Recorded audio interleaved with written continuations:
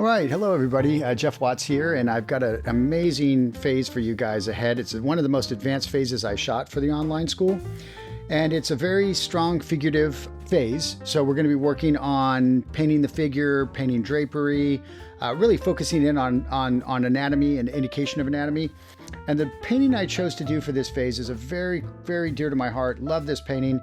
Kind of an unsung painter, Solomon J. Solomon, and he did this painting when he was merely 27 years old, so don't let that depress you, but it is a pretty impressive fact when you look at how large this piece was. And so you'll see it behind me to the left. That's the painting I executed on the actual phase, and you'll get to see that from start to finish. You'll get to see the drawing, you'll get to see how I build up a painting like that, and I was very happy with how it came out. Probably, like I said, one of the more advanced phases that I ever did in that online program. I did it with a lot of love. I hope you enjoy it, and I'll see you at the end for a closure on this painting.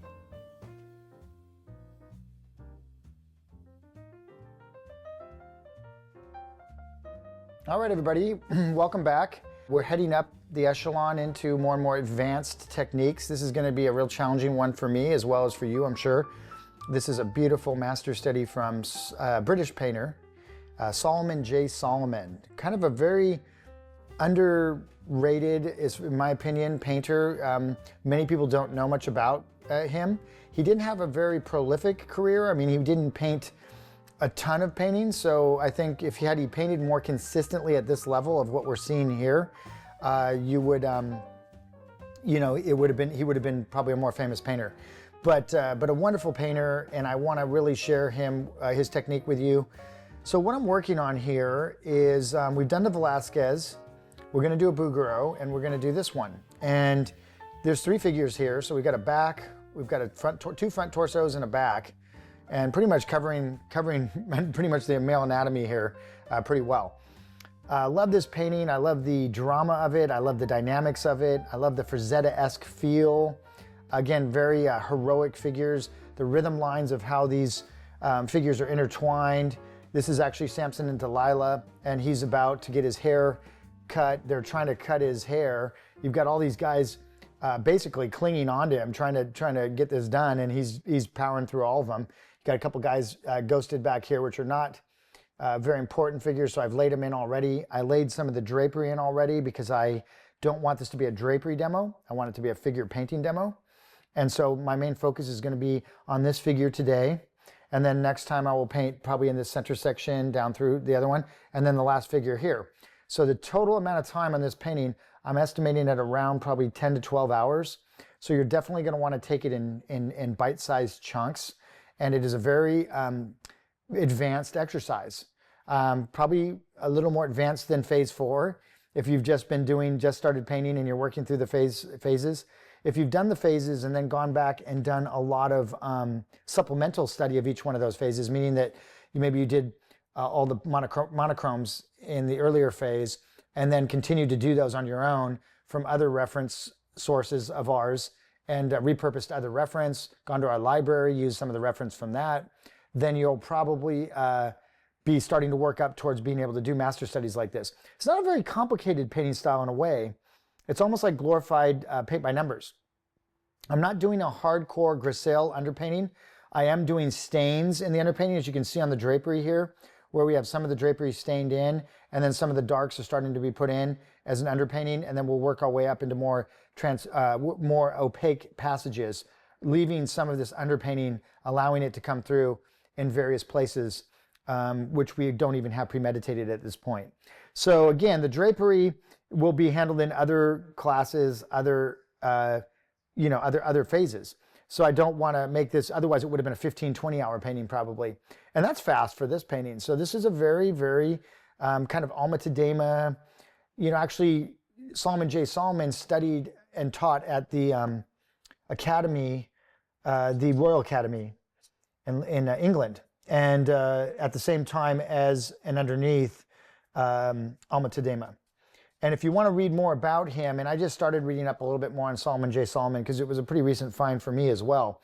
But there's this book here that I'm going to put up right in front of you called The Practice of Oil Painting and Drawing, Solomon J. Solomon. And it'll be in the book list or in the workbook. So don't worry about But this is, there's not a lot of pictures in it. It's more of it's kind of Solomon J. Solomon talking about painted methodology. I haven't gotten totally through it, but it's quite a good little read.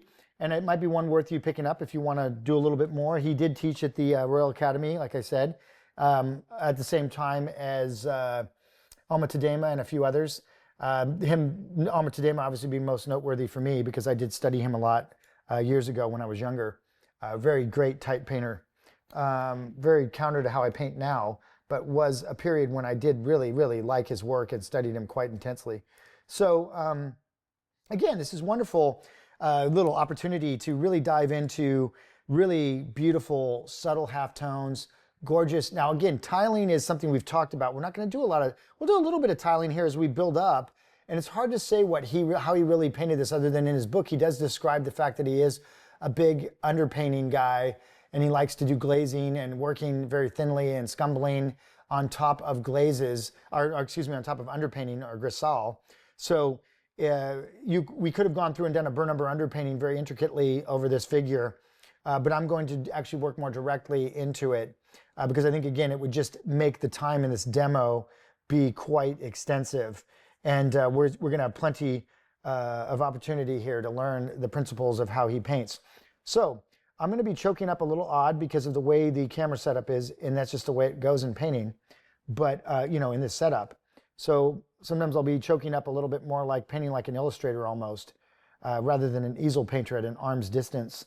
I'm sure he painted probably more closer knit to the painting, but he probably did stand at an easel while painting this. Now I've got my paints still set up from the background painting I was doing, and the paints are still fairly fresh, and I'm in this early stage where we need to basically it's going to be layers.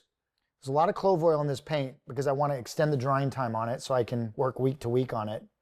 So what that's going to cause me to have to do is, unfortunately, I can't get to the higher level rendering because I have to let the paint set up a little bit. And naturally, once it goes down on this canvas, I'll talk a little bit about the canvas here in a moment, I can then do the finesse work. So like this, for example, was painted a couple days ago. It has a lot of clove oil in it. It's just now starting to set up to where I can go into the deep crevasses and little crevices in between these folds and actually get the clarity and the deep darks and the richness and the sharpness that I need in there. If I try to do that too early and the paint's too malleable, too wet, too pliable, then I end up getting into trouble because I can't really get that indication the way I want it. So again, a lot of painting is learning how to layer. It's all layering problems. When do I do this? When do I do that? How fast do I go into rendering? How fast? How slow? This, that. So you have to be very patient. And that's why working around a painting can be very helpful. Like, again, doing some of this drapery, then going over and working the figure, then going back over and working on the other figure, then come back here 3 or 4 days later, 5 days later, work on that a little bit, go back up and finesse this guy's face up here in the corner that's kind of just ghosted in right now and it needs some clarity, but it's still too gooey in order to get in there to get some nice crisp edges. So you end up working very logically, but that logic has to be taught to you because it's not something you would just be born with. So we need to kind of show you these different methods of painting and in what better way than to pick masters and go in and do master studies. And so that should be a big part of your training going forward. I'm going to show you again, really, really tight Bouguereau, semi-tight Solomon J. Solomon, somewhere behind Bouguereau a little bit, but still right up there. And then we get into Velázquez, who's also still a little bit looser, but also they're really 3 tight painters, So I may throw in another one at some point, but it's already such a long phase. And we've already covered a lot of the soft scumbling, tiling, direct approach, all these different things in the earlier stages of the portrait class, which can be repurposed for the figure as well. There's no reason why not. You're just painting a leg instead of a head, but the painting methodology is no different. Now what I'm doing is I'm going in with like a dark red brown, like a transparent red maroon. He has his palette that he used in the book, and I did a little reading on it, and it's not absolutely necessary that you copy the person's palette verbatim. I know some of you are going to be very particular and want to do everything as closely as you possibly can to everything, and I'm not quite going to subscribe entirely to that. Any good palette you could paint this painting with, any good warm cool palette. Now he uses some things like flake white, which I'm not willing to use because it's lead and it's very dangerous and very hazardous. and I don't really want to put you at risk, and I don't want to put myself at risk. I don't think the benefits are enough to where I'm going to chance working with soluble lead. It's just not a good call. And they used it back in the day, but a lot of them also had lead poisoning and all kinds of problems that happened as a result of using some of these pigments that I'm just unwilling to use. So one of the whites that I have on my palette is described in the workbook, so I'm not going to go over it thoroughly as I'm painting here. It's basically a warm, cool palette with some supplemental colors put out, like olive green, and we've got some quite a few earth tones, burnt sienna, not burnt sienna, transparent red oxide, transparent maroon, two of my favorites, asphaltum, which is a little bit different. So there's a bunch of runs of browns and blacks right here, because I felt like this painting was quite prevalent in deep darks, rich darks. So I wanted a lot of rich brown reds and things on my palette as an option. So right now what I'm doing is, when you look at this figure, he's not heavily direct lit. He's got some direct lighting, because you can see the heavy lighting underneath the arm and the armpit, and where this arm is being cast onto the face. We see some deep shadows that I'll be up there in a moment to do those. So what I'm doing is taking the time right now just to work my way up the figure, working in the darkest darks. And I'm using a dark brown red to do that. Because when I look at the photo, which is quite impressive, and these are beautiful renditions that I got off the internet that I'm going to give to you, they're quite high res, they're quite about as nice as you're going to get to work from. But I do believe if I was viewing this painting in person, and I have not yet seen it, it's in, I think, Liverpool in some museum. At some point it's on my bucket list to go see it, because I really do like it that much. But what I am probably suspecting is that these darks that are in the background and things, if I was to walk right up on the painting, would probably be full of some dark, rich reds and burgundies and things, and not just be a flat black as they appear in the photo reference, which is usually what happens with the camera, is no matter how well it's shot, the darks have a tendency to go kind of flat, and they drown out the color, and you end up with a really masked black that just doesn't have any life to it. So what I'm doing is I'm opening up that range a little bit, because I've worked from life for so many years, live models and painting from outdoors and things of that sort. I kind of know where the camera has a tendency to lie. And so I'm going to go ahead and inject into these darks some color. Some rich, the value is going to be fairly similar. It's still going to be a dark, but it's going to have some red in it. It's going to have some warm brown red in it, or something of that sort. And again, so this technique is, I wouldn't say the most exciting way to paint, but it's very good for book covers, and if you're doing, cards and, different things for concepting, visual development, any of that stuff where you're doing high level finish, and fine art actually, like really high end finished narratives. Like me in situ, or Howard Turpney for Western art, or I can think of any number of people that paint in this manner. I personally like to kind of sling paint a little bit more and get a little more aggressive. So again, more direct painters like Fetchin and people like that really are getting in and being a little more aggressive with the paint. This is very much like a glorified paint by numbers, but it still has a lot of learning that's going to happen in value control, edge manipulation. And even if you wanted to, say, be a fantastic loose painter, you're going to need to know how to paint like this to master your medium. So those of you who say, I'm really after that more flamboyant kind of painting style that I've seen you do, you'll get there. We'll get there. But right now, we're taking a little side venture into hardcore, methodical rendering. And this is not even the hardcore stuff like the Vermeer and stuff, where you're doing just countless layers of glazes on top of each other. This is more direct painting, but it's done in a very controlled manner. Okay, so as I'm moving around here, again, I'm kind of having to work a little bit handicapped, and I won't keep mentioning that because it's I don't want to complain or anything. It's just, it is what it is, and I've talked about it many times over the course of many of the phases. It's fun to be back doing this. I haven't taught a painting phase in a while online. I haven't shot anyway in a couple of years probably. So it's fun to be back doing this for you, and just getting in here and really working on bringing you a really nice phase here. Okay, so just putting a little bit of yellow ochre into that brown, because I notice as we go into the larynx, and here's the mastoid muscle coming in and attaching onto the clavicle, and I see again this other dark coming in, which is probably riding along the clavicle on this side. And then we have the larynx and voice box and stuff in here. And again, it goes to a very soft shadow. It just, but it warms up a bit.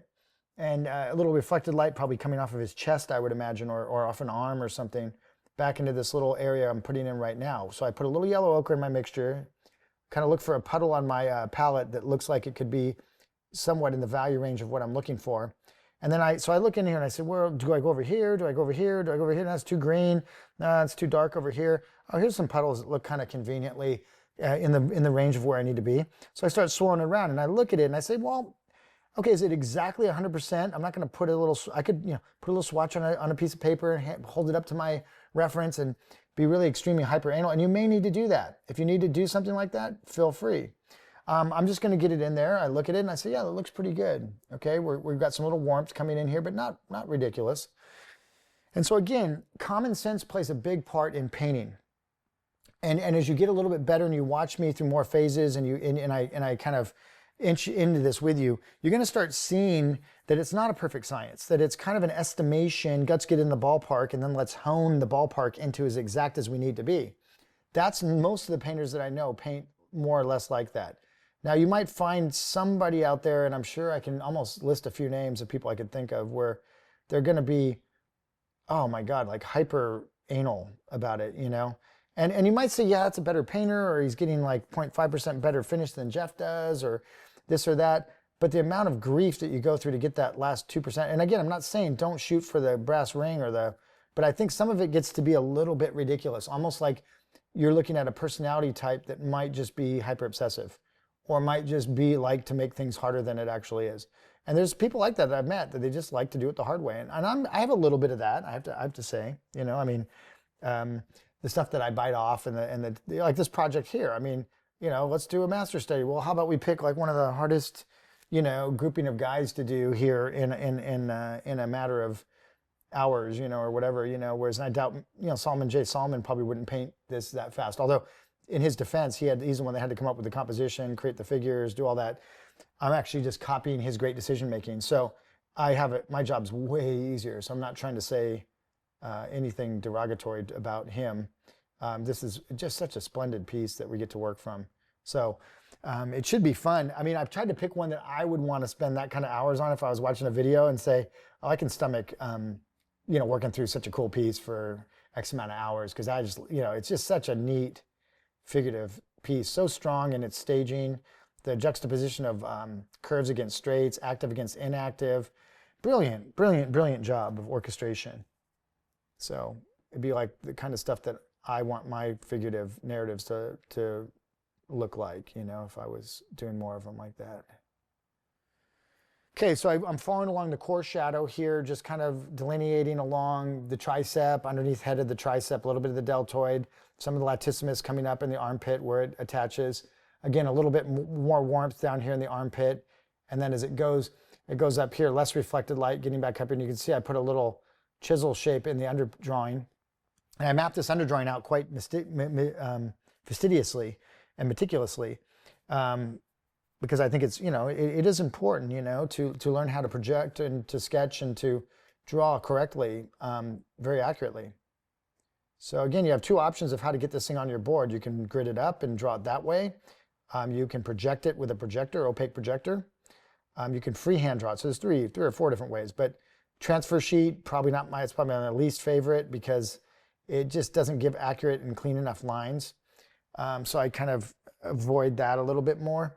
But I would say, again, one of the previous ones, which is an opaque projector, is probably my first choice. But if you don't have one, you can always grid up the photo that we gave to you and then regrid your drawing in a similar format. And then just basically transfer that over freehand with a grid. So right now I'm using a little tiny sable, soft brush, and it's like a filbert.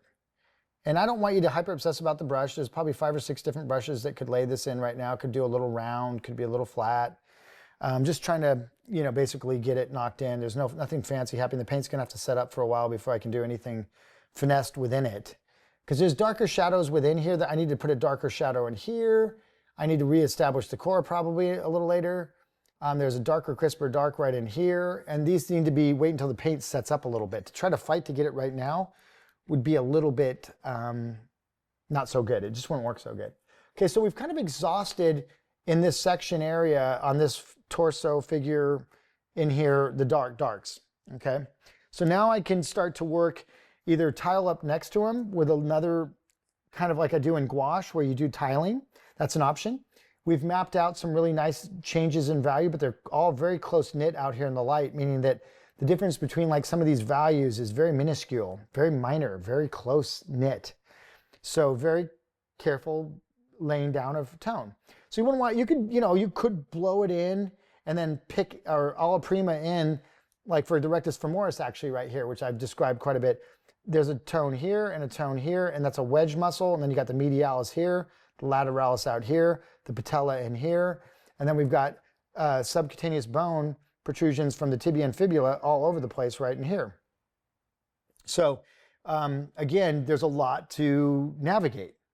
And this is where we start to see the importance of anatomy, importance of the study of anatomy, of us having gone through intensives with Eric, the Bridgman course, which is coming out. By the time you do this, maybe will already be out. And really just dotting your I's and crossing your T's on your anatomy so that as you go to paint this stuff, you're not stabbing in the dark at what it is you're trying to indicate.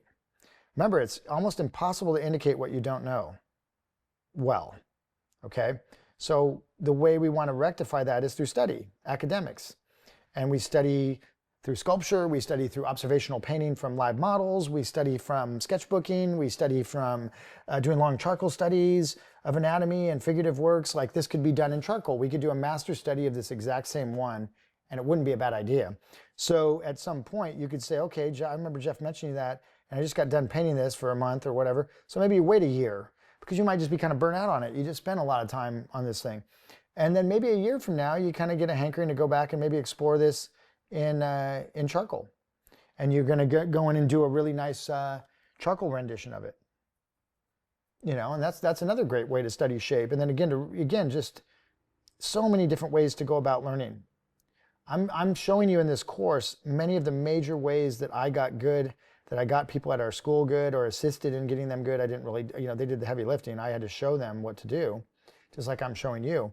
But it was them listening and being willing to go forth and to do it and to trust me that I had their back and I was giving them information that was pertinent to their growth.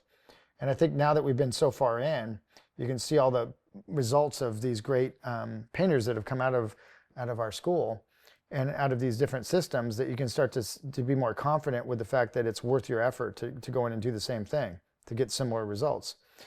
Okay, so I'm losing a bit of the outside of the ankle here. I got to watch out with that.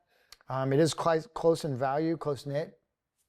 A little dark along the bottom of the toe here, so I'm going to lean back so my head's not in there. And just kind of outline a little bit of the toe there. And I'm going to move up, maybe an outline along where the heel is a little bit. We can always soften it later. And again, he's on, standing on this like kind of white, I'm not sure what the exact, it almost looks like fabric on the ground, but it's, I know this is a tiger pelt next to him that he's standing on right here. That's like the head of the tiger. Just a wonderfully cool freaking piece. I just absolutely love it. Okay, so now I'm working around. I could continue to go into the midtones in these little areas around here. I can go in and start just picking a leg and start painting that. There's a foot back here that needs to be dealt with, which I'll probably deal with today as well. And they're all complicated little buggers. Like that's a complicated little foot back there, man. That's like a little thesis foot. That's not a, I think I'll phone it in, just throw a foot in back there in the corner. That's got some really meaty, cool information involved in it. So all this stuff is, it's just so pleasurable to be able to sit down and work your way through just a nice, chill little master study. You learn so much. It's amazing. I can't even put it into words how much you're going to learn just trying to do this Solomon J. Solomon, even if it doesn't come out perfect, because most likely it won't. You'll have issues with it, because you're learning, and you are still fairly new to all this. I mean, if this takes me 10 hours to do, it's going to take you about a month. So be prepared to spend plenty of time on this painting. And the way that it's set up, you can do it kind of in little stages like I did, where you kind of paint the fabric and then let it kind of dry. I mean, ideally you want to go right through on it, but that's not going to happen for most people. So I have 3 whites. I have a flake white replacement, which emulates that the hazardous white that I was just mentioning, Right now I'm just mixing up a little puddle. And I mix between the whites, it doesn't matter. Some whites, one of these is a titanium, one's a flake white replacement, which is similar to a titanium but is stickier. And the other one's, I think, a Grumbacher original formula, which is kind of like almost like a really dry white. A little different than the flake white replacement, which is more of a sticky white. This is just kind of a dry white, and I kind of like that white. I've always have. I think it's called Grumbacher original formula. But again, all of them are good whites, and you can intermix between them. It's not going to hurt anything. And really what I'm doing is just getting this general flesh tone for his lower leg here. It's kind of a light, I don't know, pasty peach, you know? And it's just kind of grayed down a little bit. So I had a flesh mixture already over here. I kind of mixed it up, added a little bit more white to it. A lot of people are very phobic of using white. I don't think there's any reason to. I think you need to be respectable of the fact that it's a very cold color. Overuse of it can sometimes cool down your painting maybe more than you would like, but absolutely necessary for flesh mixing. I mean, it's just one of the, probably the biggest part of the mixture of doing flesh is white, you know? I mean, it is what it is. Okay, so when we get down in that little patella, there's a little bit of complexion, a little bit of redness, or a little bit of warmth, or a little bit of like a ruddiness to it. And I have many options. I have some orange here I could add to it. I have a little bit of cold red here. That's probably a mixture of kind of alizarin and maybe a little bit of cad red in there, which is cad red being warm here, and that being cold, the alizarin. So I could borrow a little bit of this and put it in there. And you can see it makes it a subtle red little tone there in the corner. And I could just plug it in and see how I feel like it's working. Now the little knob next to it, which is probably a little bit of the side of the patella, this little guy here is way too dark right now. Almost deliberate, because as I blend, like if I just go like this a little bit, I just knocked it down by like 50% just in a matter of seconds, just by throwing a little bit of that next to it into it, which I know is going to happen as I do organic blending, which is, you know, going to happen. You know, I'm not going to avoid that. And so we go in, and again, there's a little notch in between the patella before it goes to the ligament, or that comes off of the patella, the common tendon actually, that comes down and attaches onto the tibial tuberosity, which is a little bump on the front of your shin about right here where my brush is tapping. And that's that little bump. And that's where all these common muscles are spilling over. The patella, being a sesamoid bone, is embedded in the tendon, and then it moves. So you can palpitate it. You can kind of take your patella and move it around if you relax it and just relax your knee and just move that thing around in there. And it's basically embedded in there. And it's there's some bursa sacs and things of that sort that are surrounding it, where it rides on top of like shock absorbers so that it doesn't bump into the bone as your knees bending and doing complicated movement. And so what we have is about 6 subcutaneous bones here. The patella, the 2 epicondyles of your femur, the large leg bone coming down, then the 2 epicondyles of the humor, or the tibia, which is your shin bone, and then the fibula head, which runs parallel to the outside, and you'll have a little knob, which is probably found about where this shape is that I squared off right here, is where the tibia is found. This little dark shape I've indicated here is part of the tibialis anterior, which is the muscle on your shin that goes like oblong like this and kind of tendons comes down into your toe. So again, knowing this, you don't need to know the name so much. I mean, at some point, if you want to teach it, I have some convenient flesh tone up here too, that I can just, it's like, I can't remember, it's on the list, so I can't remember if it's a Rembrandt. I think it might be a Rembrandt. But it's nice to dip into it, especially if you're demoing like I am and having to talk a lot. It's nice to have some flesh you can dip into very conveniently and quickly. So it's a little bit of a cheat, but it's okay. I'm not going to say anything. All right. A little bit of that gray, this gray that I have mixed down here, which was probably being used for like his drapery around the groin area and stuff. I can use a little bit of that on this side of the epicondyle of the knee and also the fibula head here, where it drops a little darker in halftone as it, again, moving away from the light source, becoming a halftone that's still relegated to the light, but so it belongs to the light, so it's not too dark, but it's heading towards the shadow of, say, like the outside of the quad, which I have way too thick right now. And once I blend it again with this into this, it's going to drop not only in size, but it's also going to drop in darkness. It's going to lighten up. because this light that I have next to it is going to infiltrate into it, thus causing it to lighten. So I've overestimated the shape of it and the size of it, knowing that when I blend, it's going to get smaller. And that's smart painting to me. That's called intelligent painting. That's premeditating what's going to happen later in the painting so that you don't have to overcorrect after that. So that's another smart way. That's a brilliant way to paint. And it's one of the reasons why I think I'm as fast as I am, is because I'm very good at that particular way of thinking for whatever reason. Maybe genetic, maybe it's a combination of something I've worked really hard to learn how to do. So I don't like giving 100% credit to genetics, because yeah, I mean, genetics play a role, but you still got to work your butt off to get good at it, you know? And it makes it sound like everything's just a gene somewhere in you that you just turn on and it solves all these problems for you. And that's not the way it works. You know, I have a propensity towards certain things, and then I've worked really hard to capitalize on that and use those in my favor.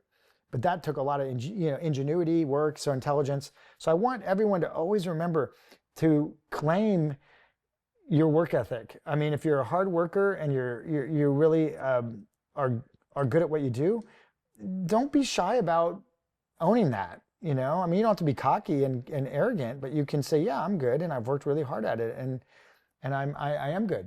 You're right. I am very good at what I do. And it's cultivating a sense of worth, so that when you go out into the workplace, you don't just give your skills away for free.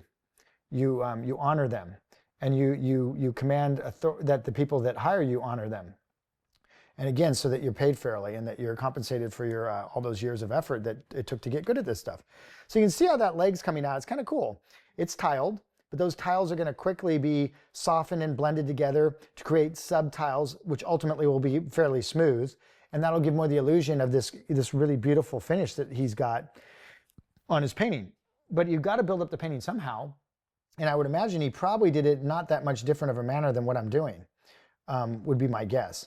You know, again, probably with maybe more of a grisaille or an underpainting underneath it that he was working into or on top of. But I think that I'm kind of going a little bit, so my painting probably will be a slightly more opaque version of his. Still beautiful, very close. Would be very difficult for most people to even call me on it, other than if I'm not telling you ahead of time or demoing this in front of you, and you were able to just, once I'm done with this, you just see the finish. You would probably think you'd probably have a hard time guessing that I didn't do it just like he did. You know, I mean, it's going to look very close. And again, I'm not going for a forgery. I'm going for a learning process of understanding another layer of painting so that I can become the painter that I'm going to become, not, Solomon J. Solomon 2. I'm becoming Jeff Watts through practicing numerous masters, including Solomon J. Solomon, and just trying to take out of his value control, his edge manipulation, his poetic design and lyrical control of the figure dynamics, and the beauty of how he's knitted these figures together in such a lyrical way to create such a beautiful story. And that's what I want to get out of it. And by doing this study, I'm forcing myself to spend hours intimately studying every aspect of it, because I have to mimic it. Whereas if I was to look at this painting, even in the best reproduction I could possibly find, probably spend maybe, I don't know, 30 seconds, a couple minutes looking at it. Maybe 5 minutes at most or something. But I doubt I'm going to sit and stare at it in a book for 12 hours straight. It's just, so what I'm doing instead is I'm forcing myself to get a better appreciation for it from actually sitting down and actually having to duplicate it. And man, there's no comparison to how that works out. Now, look at the complexion as it comes down. Light is hitting mostly here on the top of the quad, then down part of the shin and part of the tibialis anterior. And then as it goes down into that lower shin, we drop in contrast and in readiness quite dramatically, right? So we're coming down into a really ready kind of area.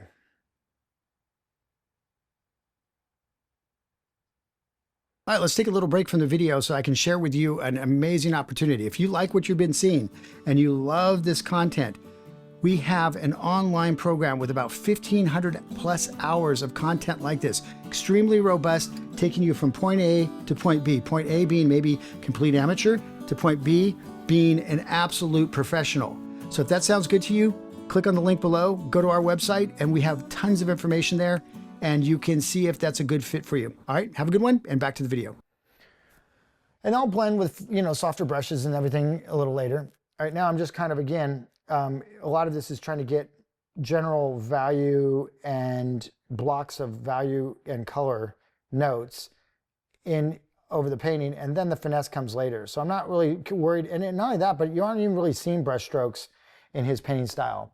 He's not an alla prima thick painter where you're gonna be cutting with and against the form, and you're gonna be having all these really amazing little sexy brush strokes and stuff. That's not the kind of painter. He's going more for a really beautiful rendition of a finish, tighter finish, more controlled finish, again, which is probably more in vogue in today's illustration market, in today's fine art market. A lot of times you'll see people that paint in this manner usually make more money.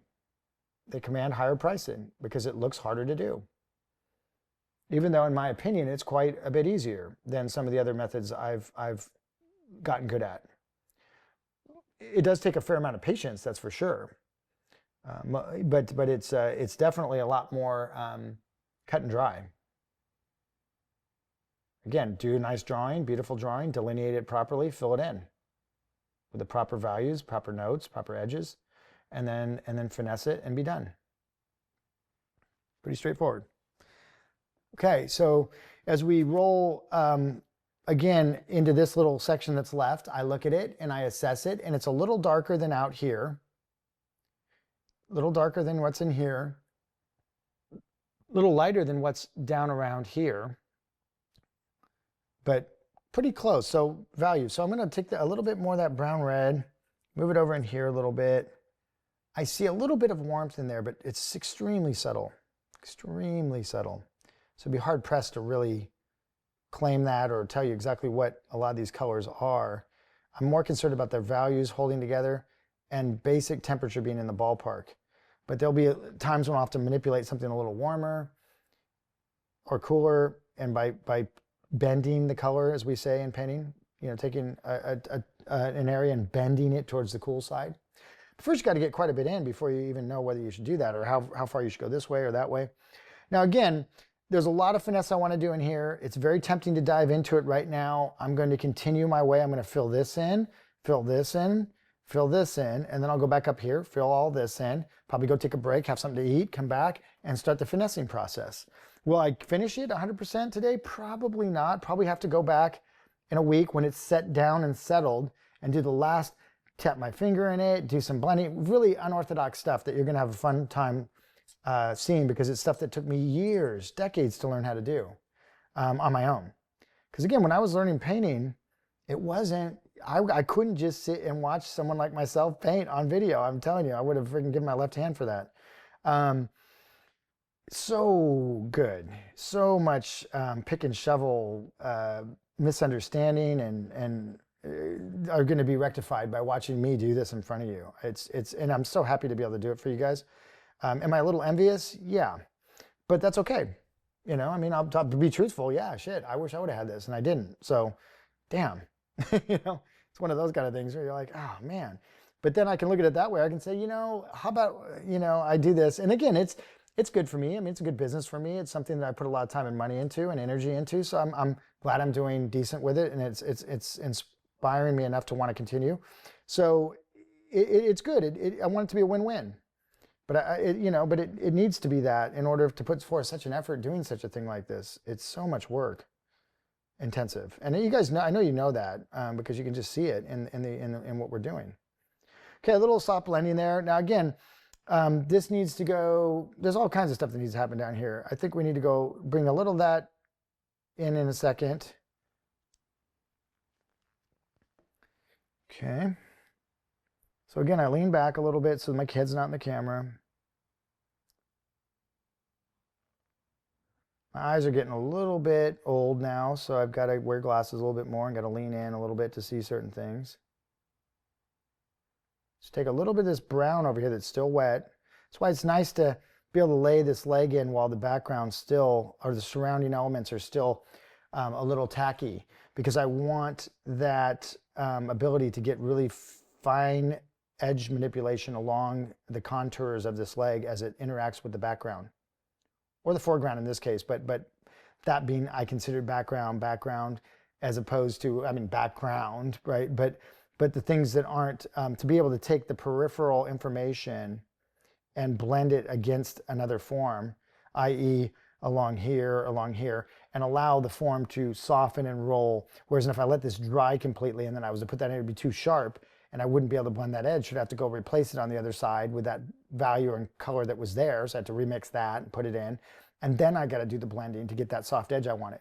Better to plan your painting in such a way that this is still tacky when you're doing this leg. And that's why you might have to be strategic with how you paint this thing and be a little more logical if you're going to stretch it out over a month, you know, and have a little bit more foresight and have a little bit of a game plan going into, okay, I'm going to paint this section primarily over the next week.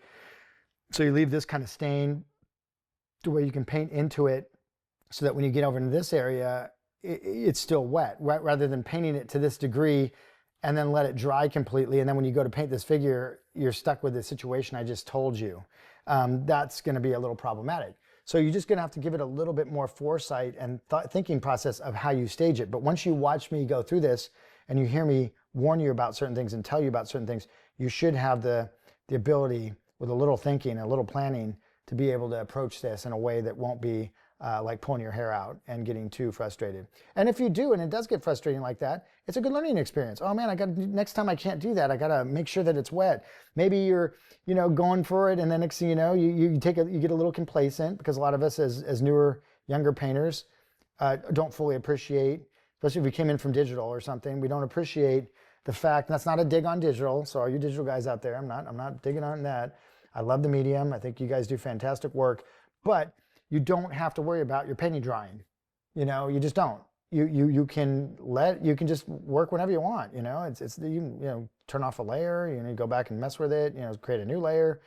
And painting, traditionally, academically, you're stuck, man. If something dries and you can't get that effect, you're not getting it, other than repainting the whole thing all over again. And then it still never looks quite right. So I'm adding a little bit of cool gray color back in here on the shin, because I noticed that it dyes a little bit in color here around where it goes into a kind of ambient, I wouldn't say ambient shadow is almost what I wanted to say, but as it drops in value a little bit there. And I think it could go even a little darker. So I grab a little of this green, a little bit of olive green in here, a little bit of this red over here, maybe dump that in. You can see how much darker that is. And then I take my brush and I kind of scumble. And scumbling is a term of kind of smushing the paint around, swirling it around into the surface as it blends, and just it's kind of another way of blending. Kind of put that in. See how it kind of starts to drop in temperature, a little bit more like what I'm seeing in the reference. Yeah, and then this shin line is not as noticeable as what I have, because I haven't done my final blending or anything, but I'll just take and feathering ever so slightly. You can barely see it. I'm just kissing the surface barely, just a little finesse. And you can't have a heavy hand to do that, man. That's where your hand comes in for inking. That's why we practice quick sketch. That's why we practice high-level graphite finishes, so that you can have a hand that can drop down what it needs to when it needs to, like in this situation here. So if you're a little clumsy or dumpy with that, it's okay. It just means your hand needs more practice. Back to graphite, back to long drawing, back to that phase, back to doing more of that. That's how it shoots you right back. And then you do more of that, you come back and you get a little bit better. And over time, you systematically eliminate your weaknesses until you have very little or none. And that's how we do it. Okay, so again, I'm not worried about, the toes are complicated, little guys, not as bad as hands, because they don't have quite the range of motion as a hand, but still will get your attention. Feet are often overlooked and many times done poorly by many artists throughout history. So giving a lot of little TLC to the feet ultimately by studying them academically and giving them a lot of love, which we will have a phase in, hands and feet, And again, just going through and I'm going to try to give you in these courses most of the big heavy stuff, so that any of the little stuff that's left is just going to be little, you know, things to learn on your own that are just like color, temperature, biases, and you know, things like that. But you will have been exposed to many of the major ways of painting, many of the major academic areas of painting and drawing, perspective, anatomy, you know, all these different painting methodologies, and then you'll be able to confidently move forward. Now I've done that, covered that, came back up here. This is still bugging me, and it's too early to do this, but I'm going to do it anyway. This is just me being me. I'm going to blend a little bit here just because it's driving me bonkers here. Don't look at that hard edge right along there. So again, just feathering with this little wet, it's like a little filbert, you can see, and it's kind of got a little chisel edge on it because of my use of it, has kind of filed it down a little bit. Again, look at this as like a little, kind of come in and cut up against it a little bit, creating a subplane.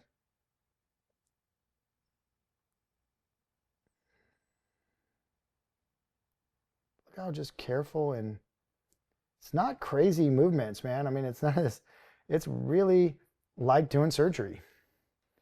And it's really careful, and it's really respectful, and it's really delicate, and hopefully really fun.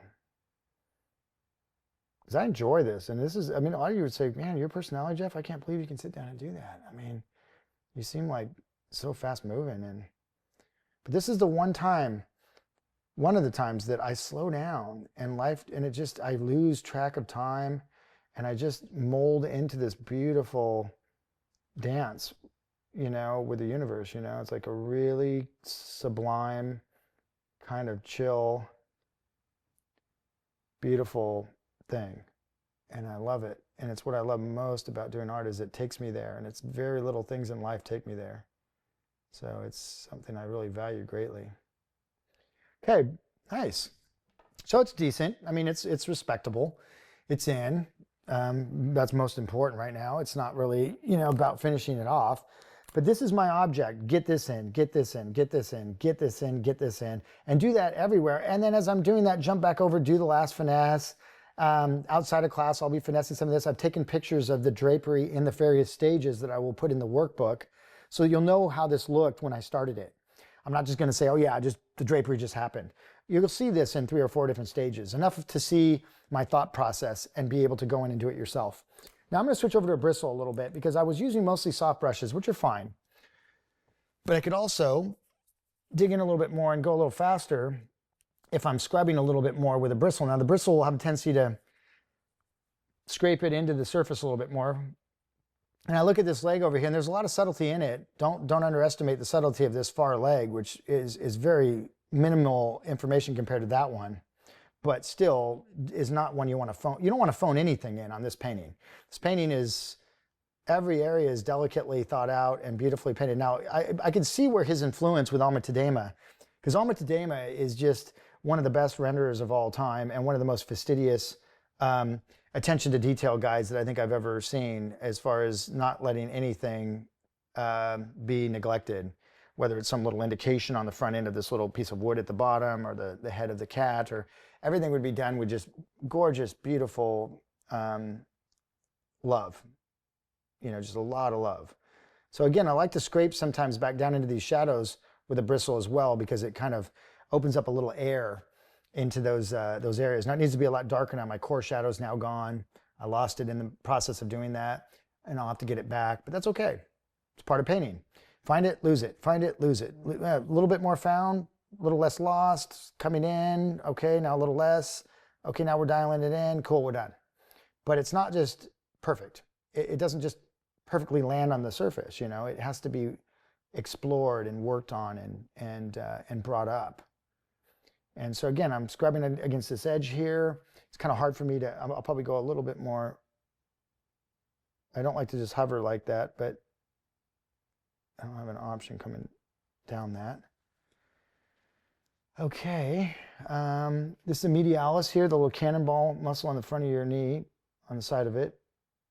It's the inside knee muscle.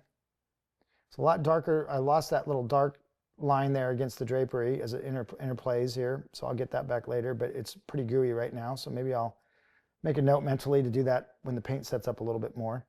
I also noticed this really beautiful dark coming up next to the leg that I've allowed some white to get into it as I was doing that kind of hovering blending. So I'm going to go back and rectify that right now. Let's see, I'm going to find a right brush for it. Any number could work, anything too fancy. So I'll take some asphaltum or whatever that is, and then a little bit of the black. There's an ivory black, and then there's more of a vine black. Kind of mix that, maybe even throw a little transparent red oxide in there so it's not just pitch black. And then I'll go in. Now I might rest this down here, lean over a little bit. Hopefully my head's not in the camera too much. And reestablish the topography of that leg and get that crest badge back. So it's a constant carving back out, going back in. Now that's too sharp. But I like it better than what I just had a minute ago, so I'm going to let that sit for a while. And I'm going to let that settle up, and then I'll go in with a really tiny round brush with very little turpentine in it, and I'll just do a little nice soft blending along there when the time is right, and that is not right now. So if you go for that too early, now this is extremely valuable information here, because most of you would go for it right now thinking you're supposed to do that, and you would just jack it up, and it would look terrible. And you would just keep muddling around in it like that, wasting a lot of time, not getting the result you wanted, and then getting frustrated and not liking painting much because you're starting to get frustrated by the process. So that's what we want to try to minimize. Now I'm going in with a little dark brown and kind of darkening it up and letting a little bit of that reflected light that I scratched out a minute ago with that bristle remain, but I'm going to swallow up a lot of it right there, and ultimately even more, but let's just leave that in a second here. Let me just get down into here. So let's just leave that for now. Okay, so we've just made pretty quick work of this. We've gotten this laid in more or less, this laid in. Now let's tackle this little guy. Once we've got this bottom sector kind of locked down, it'll be time to venture back up into the torso here and start the process up there. Again, just watch in sections, 45 minutes at a time maybe would be good, because, you know, yes, it's going to be similar, but you may hear something that I say verbally that really resonates. And I talk a lot because I like to impart lots of information on many different levels.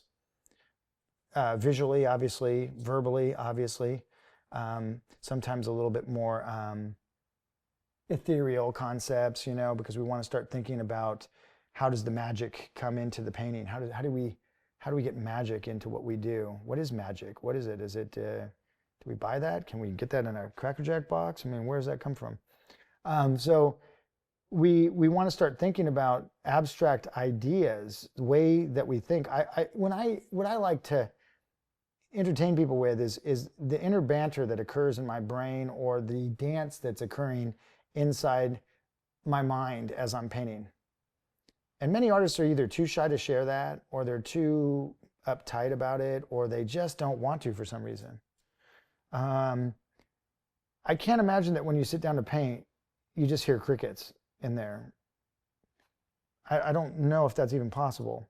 So something's got to be happening in order for something good to come down on the surface. And it better be some thinking happening there, and it better probably have something to do with your intention around what it is you're trying to create, why it is you're trying to create it, what is it that I'm bringing to it. Yes, you're cross-referencing knowledge base that you learn in class, but I doubt you're just sitting there spewing academic jibber-jabber in your brain all the time. You're probably thinking, why am I doing this? Why the hell did I even become a painter? I mean, my God, this is hard work. Jesus, I mean, you're kind of going through a midlife crisis, or a crisis right in the middle of doing the damn thing, because they're so hard to do. I mean, painting is so challenging on so many levels that we want to respect it greatly, but I also want to share that with you, like what's going on in my head, you know? Does he just sit down and crap out a good painting? I mean, you know, I don't think so. Most of the time it's a lot of pondering and thinking and reflecting and, you know, and really just getting down into the nitty gritty of what makes good painters. It'd be fun just to, you know, get inside Sargent's head and what is he thinking when he's painting? Probably irritated by the sitter half the time. Or thinking, you know, man, that person has a funny nose. I can't believe I have to paint that. Okay, so I'm going in and getting these little toes. We got the big toe with the most kind of complexion on it. And I'm just being lazy right now. I just took that tone and ran over here and just to kind of get that covered up. So right now I'm just trying to cover it.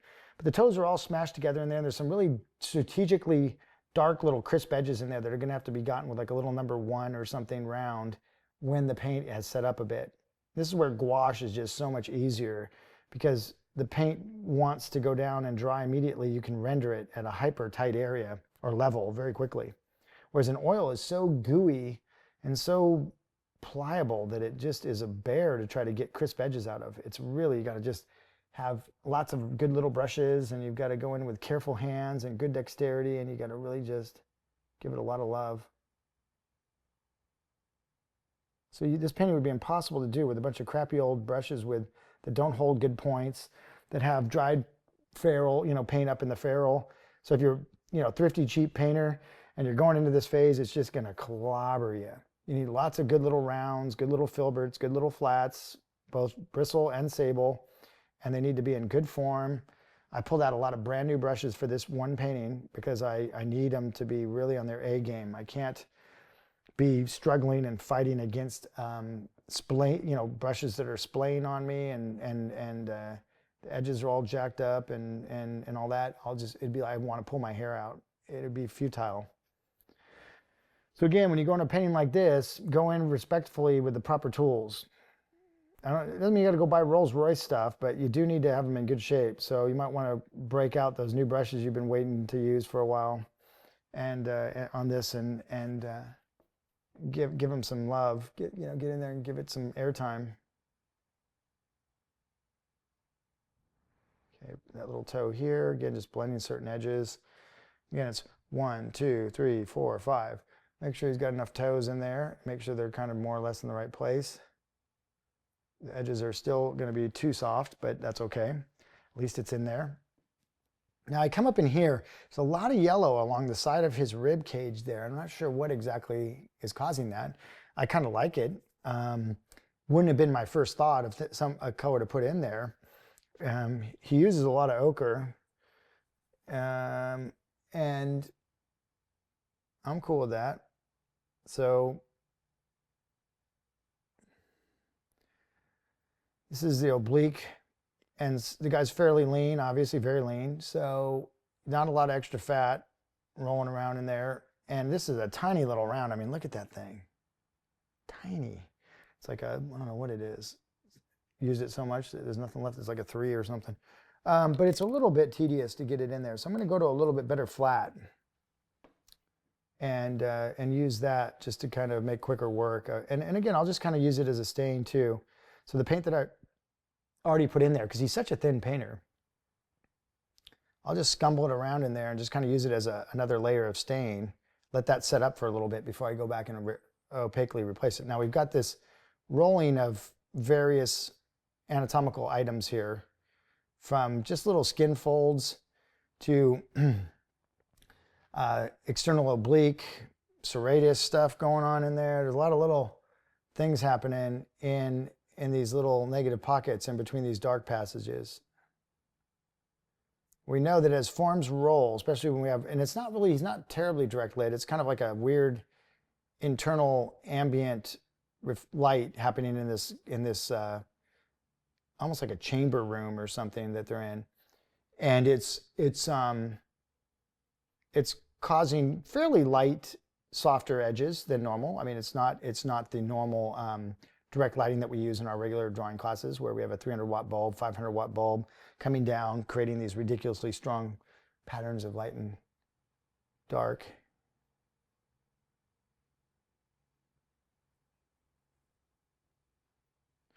Okay, so I'm about to go into this little passage here where the peck comes down, then we have a little lighter, it's a little lighter in there. Again, I just kind of put the paint in by dabbing it and also chiseling it in. This is not like, or, that kind of painting, which I'm a big fan of, which is, kind of shoving the paint around with the side of the brush and then pulling clarity out of it. It's a little more, finessed. But you'll see as it starts to occur, or the painting starts to evolve, how logical it is, how beautifully consistent it is, in its execution and the result that you get. And that's one of the things about this technique that I think is so valuable, is its consistency of the way the form is going to look. Because you have this beautiful drawing, you've done it very carefully, and here you are then venturing into a very careful execution. And basically, where's the mistakes going to happen if you're doing it that carefully and fastidiously and with that much respect? The chances of the thing going off the rails on you is pretty rare. I mean, you're going to get a good painting.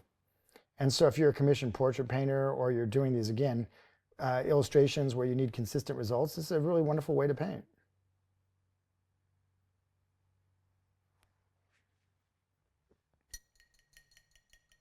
Okay, so again, a lot of yellow in that torso. Okay, I'm going to grab some more paint over here, and I'm kind of just moving it around into this puddle over here.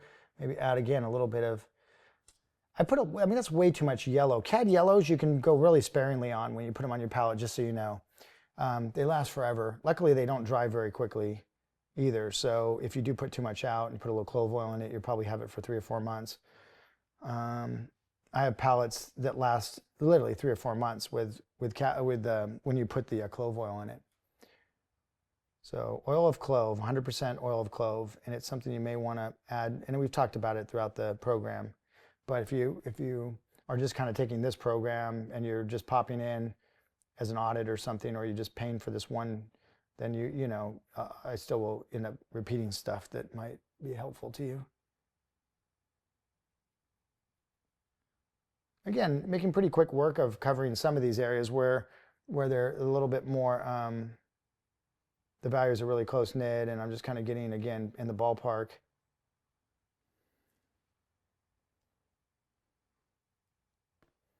Like down in here, like this whole area right in here, there's some little, there's a dip and then a roll and this and that, but it's really quite simple. And you can almost start with a generic value placement, which is what I'm going to do, and then sculpt it out with subtle tiles. So I'll squint down, I look at it, okay, it's yellowish, it's got a little white in it, a little bit of yellow. So again, I come over here, grab a little bit more white, mix up this big puddle, test it. Looks pretty good, for just kind of, and then I just kind of belt it in there in this area, because there's not a lot going on, and I'll work into that directly in a minute.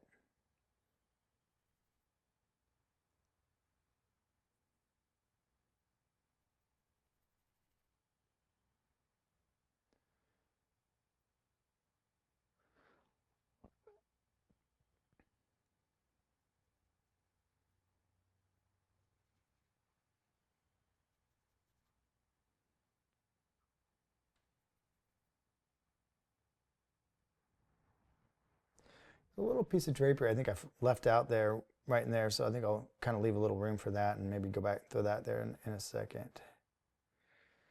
Okay, which is, let's see, so I go back to my grays over here. My gray mixture that I used originally for that drapery.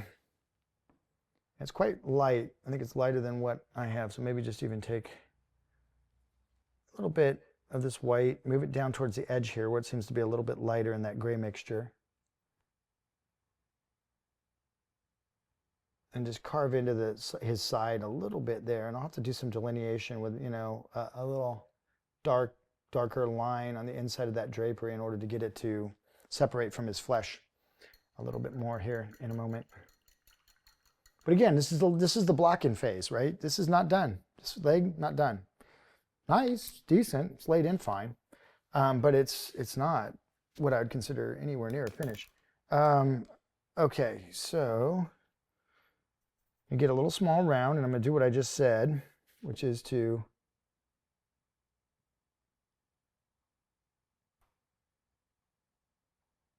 separate that out just a little bit.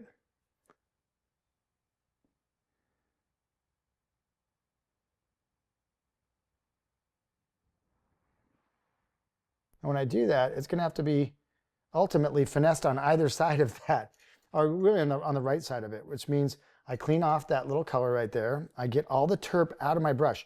Make sure you pinch and get that terp, because you'll go down like this, and I've done this a million times, to finesse this little edge right here, and it'll drop a piece of Gamsol that's stuck up there, and it'll bead, will come down and go plunk, and it'll bleed out right there. And you're right in the middle of this little tiny finesse job along this little line you just put in, and it just screws the whole thing up. Now you got to go back and spend 10 minutes fixing it.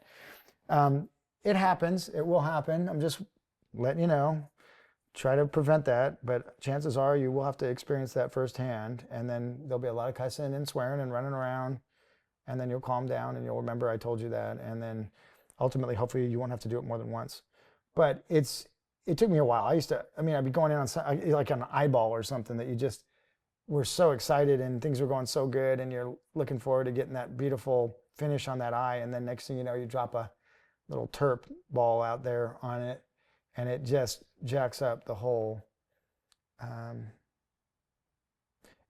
jacks up the whole thing, and then you're just like, what are you gonna do, So, working on the navel. He's got a little innie there. It's not, really popping out much, so we're just kind of going in and kind of getting that little skin fold that's on the top of it, trying to get the indication of a very lean figure.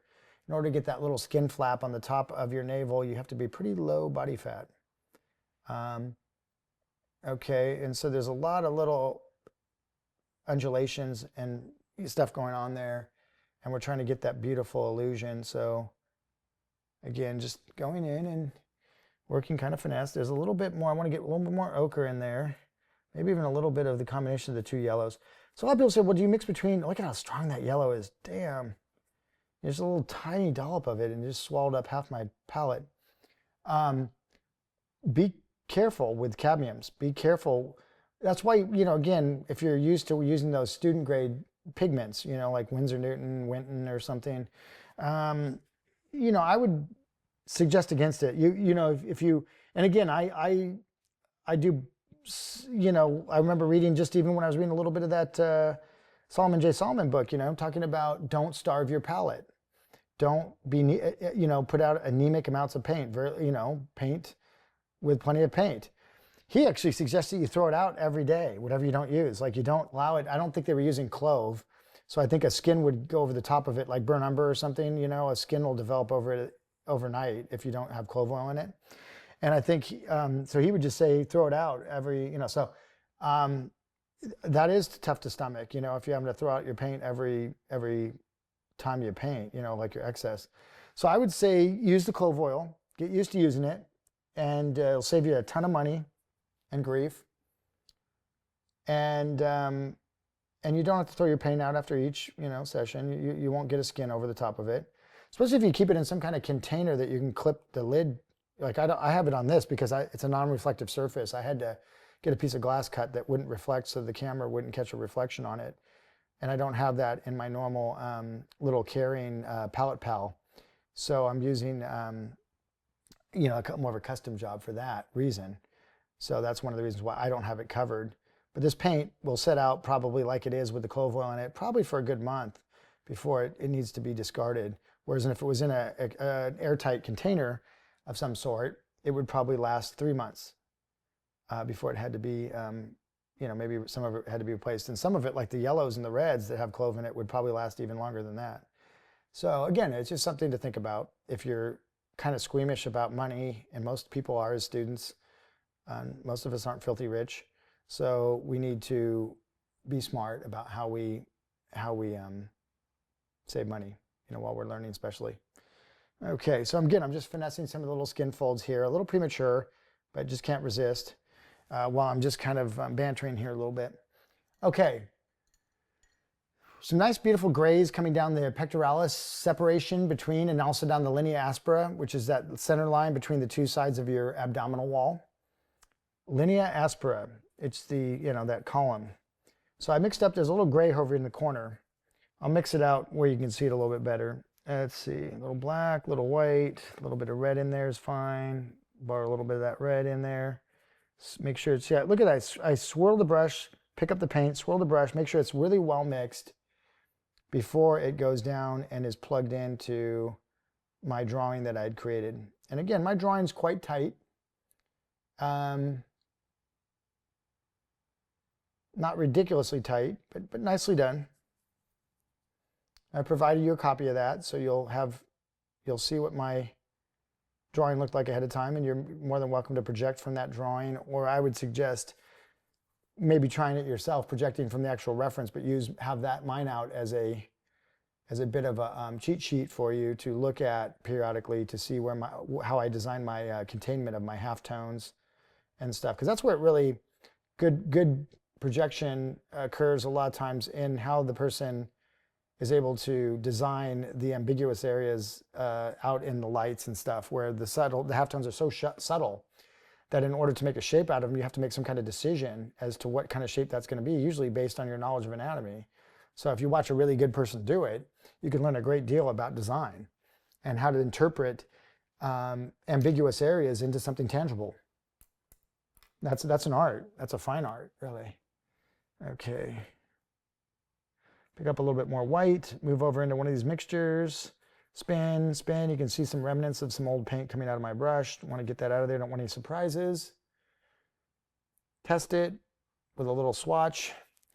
Step back, squint at it, and I feel it feels pretty good for where this rib cage is rolling through that area right there.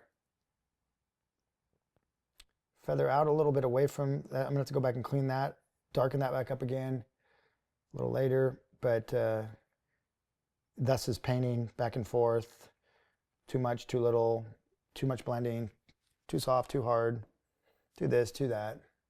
Constantly. Now, down along here, there's a slight separation in tone, color, temperature, and value down along this corridor. And what is going on here? Well, it's the separation between the rolling of the rib cage and the oblique coming in.